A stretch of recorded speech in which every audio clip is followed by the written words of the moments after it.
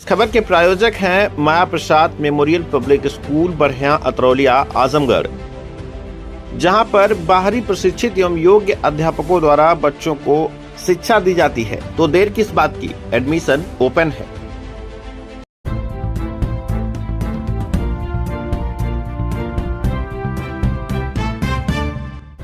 नमस्कार, आप देख रहे हैं तेज न्यूज। मैं हूं आपके साथ विनोद राजभर। आइए शुरू करते हैं खबरों का सिलसिला। महिला शिक्षक संघ में चल रहे विवाद को लेकर आज एक अहम प्रेस वार्ता आयोजित की गई, जिसमें मंडल अध्यक्षा प्रज्ञा राय ने सामने आकर बड़ा बयान दिया। उन्होंने जिलाध्यक्षा शिखा मौर्य द्वारा लगाए गए सभी आरोपों को एक सिरे से खारिज करते हुए स्पष्ट किया कि न तो उन्होंने कोई जातिगत टिप्पणी की और न ही किसी के परिवार पर कोई अभद्र बयान दिया। प्रज्ञा राय ने बताया कि विवाद की शुरुआत सोशल मीडिया पर देशभक्ति से जुड़े एक मुद्दे पर मतभेद से हुई। मामला तब और बिगड़ गया जब शिखा मौर्य के भाई और परिजनों द्वारा उनकी निजी तस्वीरों के साथ आपत्तिजनक भाषा का इस्तेमाल करते हुए पोस्ट साझा की गई। उन्होंने दावा किया कि उन्हें जान से मारने और एसिड अटैक की धमकियां भी मिली, जिसकी शिकायत एफआईआर के माध्यम से की गई है। साथ ही निष्पक्ष जांच की मांग भी की गई है। जातिगत मानसिकता के आरोपों पर प्रतिक्रिया देते हुए प्रज्ञा राय ने कहा कि उन्होंने अपने कैरियर की शुरुआत मुसहर बस्ती के बच्चों को पढ़ाने से की थी। इसके अलावा वे पर्यावरण संरक्षण, रक्तदान, महिला सशक्तिकरण जैसे सामाजिक कार्यों में लगातार सक्रिय हैं। अब देखना यह दिलचस्प होगा कि प्रशासन इस गंभीर मामले में आगे क्या कार्रवाई करता है। फिलहाल आइए सुनाते हैं प्रज्ञा राय ने बातचीत करते हुए क्या कुछ कहा। पीछे चुप रहिएगा आप। मेरा नाम प्रज्ञा राय है। मैं शिक्षिका हूँ और एक विधि संस्थान अपराजिता सेवा संस्थान की मैं सचिव भी हूँ। तो आज क्या उद्देश्य है, आपने प्रेस वार्ता बुलाई, क्या कारण है? प्रेस वार्ता बुलाने का सर यही है कि पिछले दिनों सोशल मीडिया पे कुछ ऐसी चीजें हुई हैं जिसके बारे में काफी सारी गलतफहमियां हैं। मैं चाहती हूँ कि मैं अपनी चीजों को वहाँ पर स्पष्ट रूप से प्रस्तुत कर सकूँ और आप लोग भी इससे परिचित हैं। मैं चाहती हूँ आप प्रश्न करें, जो भी प्रश्न आपके मन में है वो प्रश्न करें, मैं उनका रिप्लाई करने की कोशिश करूंगी। जैसे एक कहा यह जा रहा है कि प्राथमिक शिक्षा संघ की जो लड़ाई है, आप मंडल अध्यक्ष हैं और शिखा जी जो है जिलाध्यक्ष हैं, तो क्या उसको लेके कुछ लड़ाई का कारण है या सोशल मीडिया पे दोनों तरफ के लोगों की तरफ से जो क्रिया प्रतिक्रिया हुई उसको लेकर लड़ाई है? सर, राजनीतिक इसमें ऐसा कुछ भी नहीं है। महिला शिक्षक संघ में मैं मंडल अध्यक्ष के पद पे हूँ और शिखा जिला अध्यक्ष हैं। शिखा मेरी बहुत अच्छी मित्र है, मैं उनका बहुत सम्मान करती हूँ और हम सबकी सहमति से वो जिला अध्यक्ष हैं, हम और उन लोगों की सहमति से मैं मंडल अध्यक्ष हूँ। तो घटनाक्रम की शुरुआत कहाँ से हुई? सर मुझे नहीं पता ये घटनाक्रम कैसे शुरू हुआ। 30 तारीख को मेरे बेटे का जन्मदिन था, मैं लखनऊ में थी और जब मैं सुबह में उठी तो मैंने देखा कि बहुत सारे स्क्रीनशॉट मेरे वॉल मतलब व्हाट्सएप पे आए हुए थे। मुझे पहले समझ में नहीं आया कि ये चीजें क्या हुई। मेरे फोटो के साथ काफी गंदे और बहुत ही भद्दे अश्लील टाइप के कमेंट किए गए थे।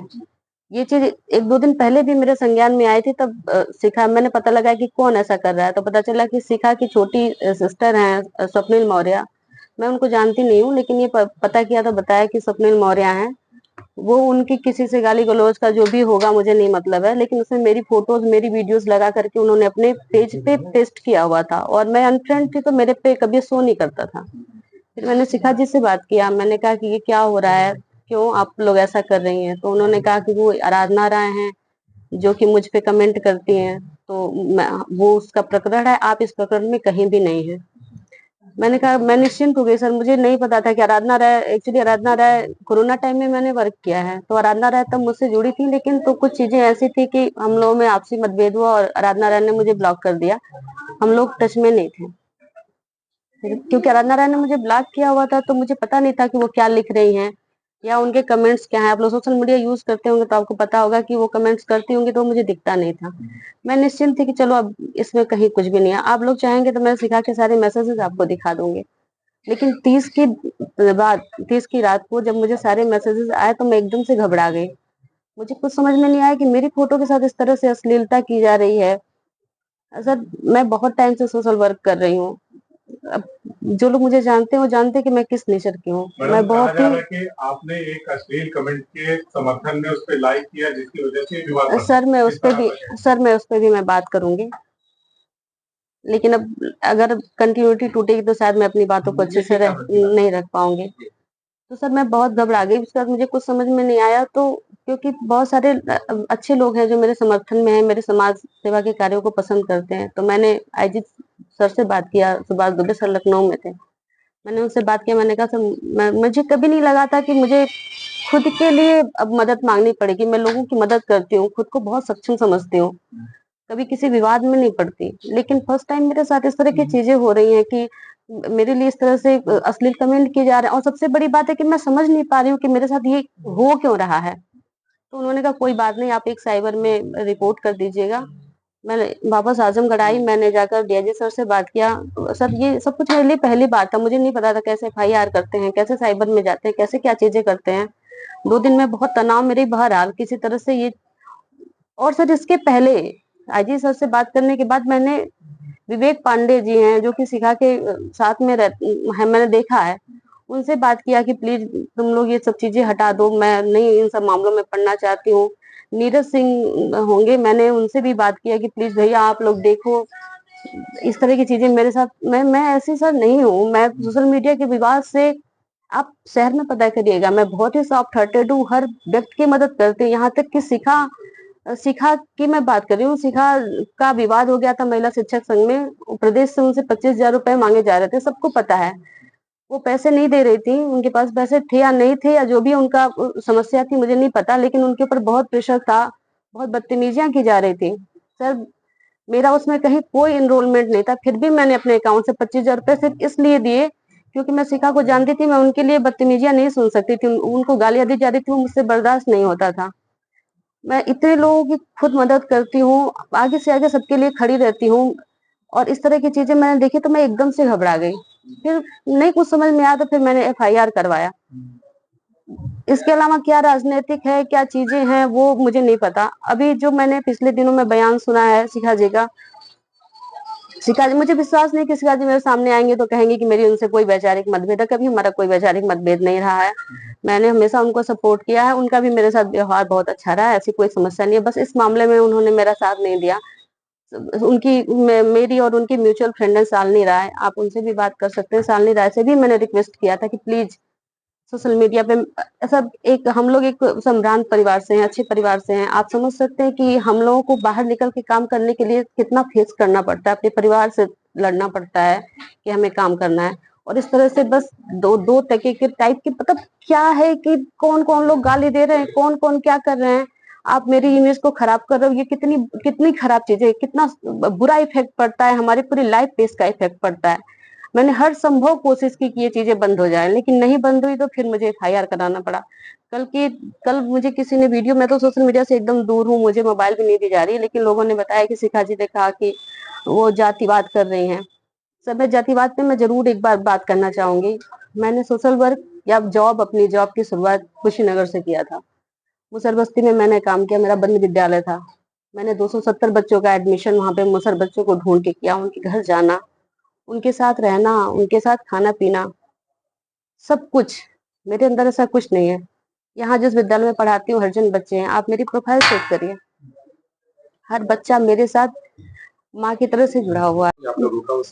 सर मेरी उनसे कोई बात नहीं, मैंने कई लोगों से कहा कि आप, मेरा नंबर सारे ब्लॉक है, मैं यहाँ तक कि मैंने अपनी बहन से भी कहा, कई नंबरों से ट्राई किया, मेरा उससे कोई संपर्क नहीं हो पा रहा है। मैंने एक लड़की दामिनी पांडे है, मैंने उससे बोला कि उसको बोलो कि सब चीजें ना करे अगर तुम्हारे टच में हो तो उसने मैसेज करके उसको बोला था कि उन्होंने मेरी माँ को गाली दिया है और मैं सब बर्दाश्त कर सकता हूँ, लेकिन अपनी माँ को गाली नहीं सुन सकता। और सर पुलिस में भी संभवतः उसने यही बयान दिया है कि सर मुझे गाली देने के लिए उकसाया गया, मुझे उनकी गाली देकर के स्क्रीनशॉट भेजा गया था, और सर मुझे आप जेल में भी डाल देंगे तो मन में मेरे संतुष्टि रहेगी कि मैंने अपने माँ के सम्मान की लड़ाई लड़ी है।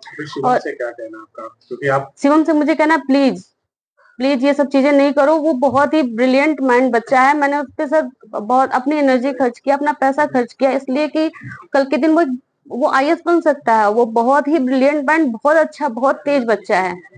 जो इस तरह से खुलेआम गाली गलौज कर रहा है, ये नहीं, ये बिल्कुल नहीं, अगर ये है तो ये गलत है, मैं इसका पूरा विरोध करती हूँ। और अगर शिखा जी चाहें तो उसको जो भी सजा दिलवाना चाहती हूँ वो सजा दिलवाएं, क्योंकि ये सोसाइटी के लिए, किसी के लिए भी, मैं, ये बहुत बुरा है, ये बिल्कुल एक्सेप्टेबल नहीं है। और कोई भी ये कह दे कि मैं माँ के लिए भी कर रहा हूँ, तो फिर वो गालियां तो स्त्री को ही पड़ रही है सर ना, तो कोई मतलब नहीं है। मैं शिवम मैडम, दो शिक्षिकाओं के बीच ये मामला चल रहा है जी सरेआम सोशल मीडिया पे दोनों ही तरफ से जी बयानबाजियां चल रही हैं। जी पूरी तरह से शिक्षा या शिक्षकों की भद्द पिट रही है। जी तो सर। आपकी तरफ से, क्योंकि आप बता रही हैं आप सामाजिक कार्यकर्ता रही हैं, जी आपने सर। बहुत सारे सामाजिक कार्य किए हैं, जी सर। तो समाज हित में क्या आपकी तरफ से कोई पहल होगी ताकि इस विवाद का खात्मा हो सके?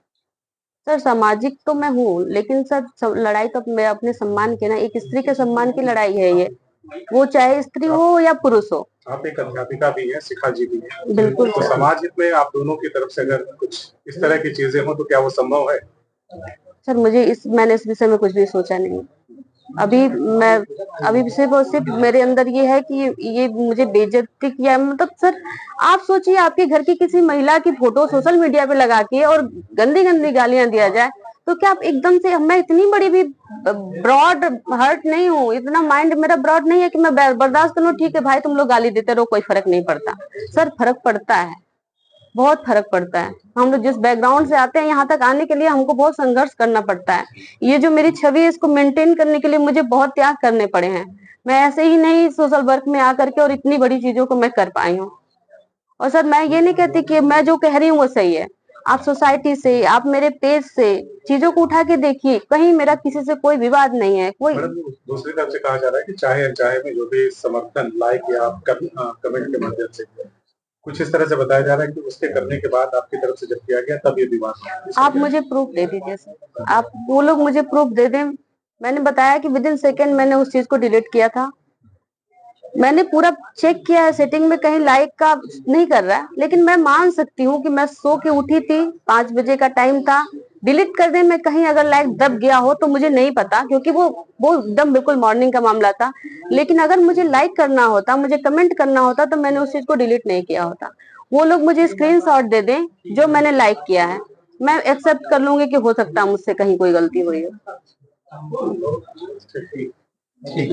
घर में काम करने वाले हरिजन हैं, धोबी हैं, वो यादव हैं, वो मेरे साथ खाना खाते हैं, उठते बैठते हैं। मुझे मेरे मित्र हैं जो इस तरह के हैं, बहुत सारे ऐसे हैं। किरण यादव जो मेरी बेस्ट फ्रेंड है कुशीनगर की, वो यादव है।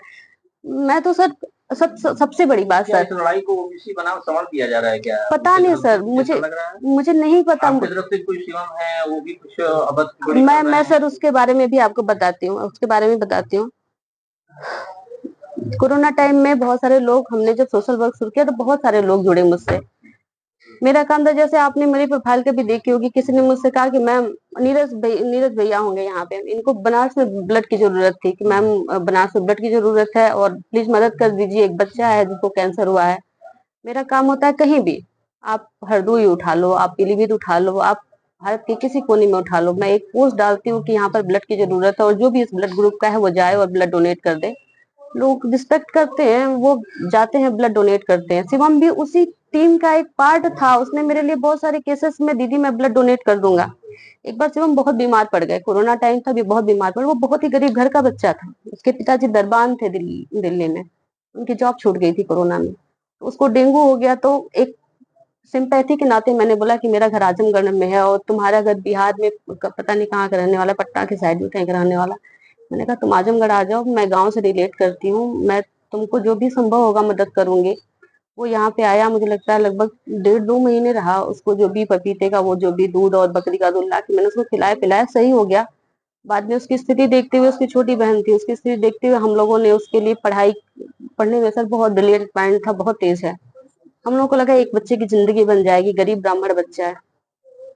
मैंने सर उसके फाइनेंशियली बहुत हेल्प किया, और उसकी नहीं, मैंने फाइनेंशियली बहुत लोगों की हेल्प किया है। आप विवेक पांडे से जब किसी से पूछिए। तो शिवम को भी तो वो लोग जो है ब्राह्मण लेके कुछ सब का उपयोग किया जा रहा था स्वप्न की तरफ से। मैं बताती हूँ सर, तो वो मुझे, जैसे अब मैंने किसी के लिए इतना किया है, वो मुझे माँ जैसा मानता है। वो जब भी लिखता है तो अम्मा करके लिखता है। तो इन लोगों ने, मुझे नहीं पता था ये कैसे हुआ, लेकिन इन लोगों ने मुझे कहीं गाली दिया था, तो वो गाली का स्क्रीनशॉट किसी ने शिवम के पास भेज दिया था, और तब से शिवम उसमें इन्वॉल्व हो गया। लेकिन क्योंकि मुझे इन लोगों ने सोशल साइट से बिल्कुल ब्लॉक कर रखा था, तो मुझे इस बारे में कुछ भी पता नहीं था। मुझे पता तब चला 30 तारीख को, जबकि शिवम के साथ मेरी फोटो लगा करके और बहुत ही भद्दे और बहुत ही गंदे कमेंट किए जाने लगे। मैं सर वाकई मुझे समझ में नहीं आया कि ये चीजें किस तरह से अब आई हैं और इसका कारण क्या है। मेरी प्रोफाइल आप उठा लीजिए, मैंने सर ने कहा था ना, आपने कमेंट किया, मैंने एक नॉर्मल चीजें चल रही थी, सब अपने विचार रख रहे हैं, मैंने भी अपना एक विचार रख दिया था, नॉर्मल विचार था कि आप उसको पढ़ सकते हो, उसमें ऐसा आपत्तिजनक कुछ भी नहीं है, एकदम कुछ भी डिलीटेड नहीं है, कुछ भी एडिटेड नहीं है। और वैसे भी फेसबुक पे कुछ भी एडिट होता है तो आप चेक कर सकते हैं। मैं रात में सोई, सुबह मैं उठी तो मैंने एक बार कमेंट, मेरी आदत थी कि भाई इस तरह की पोस्ट है, हो सकता है कोई गलत कमेंट कर दे, उसमें बहुत सारे कमेंट थे, मैंने सारे कमेंट चेक किए और मैंने देखा कि 2 स्क्रीनशॉट लगे थे जिसमें शिखा के स्क्रीनशॉट के साथ शिखा के लिए कुछ गलत लिखा था। मैंने सर विद इन सेकेंड उस मैसेज, उस दोनों स्क्रीनशॉट को डिलीट किया। अगर मैं लाइक करती, कमेंट करती तो मैंने उस स्क्रीनशॉट को डिलीट क्यों किया होता? मैं एक बार मैं मान सकती हूँ कि जल्दीबाजी में, घबराहट में हो सकता है डिलीट करते समय उसका लाइक टच हो गया हो, लेकिन फिर भी मुझे विश्वास नहीं है कि मैंने ऐसा किया होगा। अगर कोई मुझे इसका प्रूफ दे दे, स्क्रीनशॉट मुझे दे दे कि आपने लाइक किया है, आपने हार्ट की इमोजी भेजी है, तो मैं एक्सेप्ट कर लूंगी। हो सकता है भाई मैं सो के उठी थी 5 बजे बहुत जल्दीबाजी में, हम लोग टीचर्स फैमिली से हैं, मेरे छोटे छोटे से 2 बच्चे हैं, बहुत सारी चीजें, लेकिन मैंने जल्दी जल्दी में डिलीट किया। लेकिन ये भी तो आप सोचिए कि अगर मुझे उसको लाइक करना होता तो मैंने उसको डिलीट क्यों किया होता? विद इन सेकेंड वो चीजें जैसे ही मेरी नजर में आई, वो 2-3 बजे का जो भी कमेंट रहा होगा और मैंने उसको उसको डिलीट किया। मैं यहाँ तक पढ़ भी नहीं पाई कि वो स्क्रीनशॉट लगाया किसने था, और वो मुझे लगता है वो झूठ है, क्योंकि ये पॉसिबल ही नहीं है सर। मैं खुद के लिए मैं सोचती हूँ कि मैं कभी किसी को ऐसा कोई काम ना करूं कि वो हर्ट हो। आप शहर में किसी से पता करिए। तो घटना के कारण क्या पहलगाम जो घटना हुई उसको लेकर भी था क्या कि ये लोग कुछ ये ऐसा कुछ लिख सर, रहे थे जिससे आपको ऑब्जेक्शन था या कुछ? मुझे कोई ऑब्जेक्शन नहीं था सर, मुझे कोई ऑब्जेक्शन, आप शिखा के वॉल पे चेक करिए, मेरा कहीं कोई लाइक, कहीं कोई कमेंट आपको नहीं ऊपर ये भी मिलेगा। आरोप लगे कि एंटी हिंदू और एंटी नेशन कुछ ऐसा कमेंट कर रहे थे, वो इस तरह मैं इसको लेके मैं चा, आपके पक्ष के लोगों को एतराज था। मैं चाहती हूँ सर कि अगर मैंने कहीं कुछ भी लिखा है तो आप मुझे, इन लोगों ने जो मेरे लिए लिखा है, मैंने लगभग 100 पेज के स्क्रीनशॉट दिए हैं साइबर में, मैंने अगर एक भी कुछ लिखा है वो मुझे आप लोग दिखाओ तो मैं मानूंगी कि मैं गलत हूँ। मैंने कहीं कुछ नहीं लिखा है, मैं सोशल मीडिया से बहुत दूर रहती हूँ, मैं सोशल मीडिया का यूज सिर्फ और सिर्फ लोगों की मदद के लिए करती हूँ। अच्छा ये कभी बताइए, इस लड़ाई का अंत कहाँ है? क्या आप लोग क्या चाहते हैं? दोनों लोग समझौते की भूमिका में है या फिर लड़ाई? देखिए सर, समझौता तब होता है जबकि दोनों लोगों की गलती होती है। आप बताइए, अगर मैं सही हूँ और आप मुझसे कहें कि आप समझौता कर लो, तो फिर मुझे तो कुछ समझ में, मेरे समझ के सोशल बाहर मीडिया की के चीजें माध्यम हैं। से ही मैसेज आया कि शायद समझौते के मूड में दूसरा कल पक्ष आया कुछ था। सर, कल कुछ लोग आए थे, कल जो मेरी अभी मैं कल तक ठीक थी, लेकिन कल जो मेरी तबीयत बहुत ज्यादा खराब हो गई, आप डॉक्टर से बात कर सकते हैं, वाकई में बहुत प्रॉब्लम में हूँ। वो मुझे खुद यहाँ से शिफ्ट करना चाहते हैं। कल कुछ लोग आए, उन लोगों ने एकदम से प्रेशर बनाया कि आप समझौता कर लीजिए, ये सब चीजें करने की कोई मतलब नहीं है। मैंने सिर्फ यही कहा कि मैं गलत, एक पॉइंट गलत हूं तो मैं समझौता कर लूं। समझौता करने के लिए सर दोनों की गलती होनी चाहिए ना, कि मैंने यहाँ गलत किया, आपने यहाँ गलत किया, चलो दोनों अपनी गलती माफ कर लेते हैं। आप मेरी गलती मुझे लाके दो, कोई वैमनस्यता नहीं है सर। आप मेरे विषय में पूरे शहर में जो भी मेरे परिचित, मेरे दोस्त में, उनके साथ रहने वाले लोग, यहाँ तक कि शिखा तक से पूछिए मेरा नेचर, मैंने कभी किसी से लड़ाई नहीं किया, कभी झगड़ा नहीं किया, कभी गलत कमेंट नहीं किया, आपका कभी स्वास्थ्य मतभेद नहीं। कैसा है? डॉक्टर ने क्या बताया?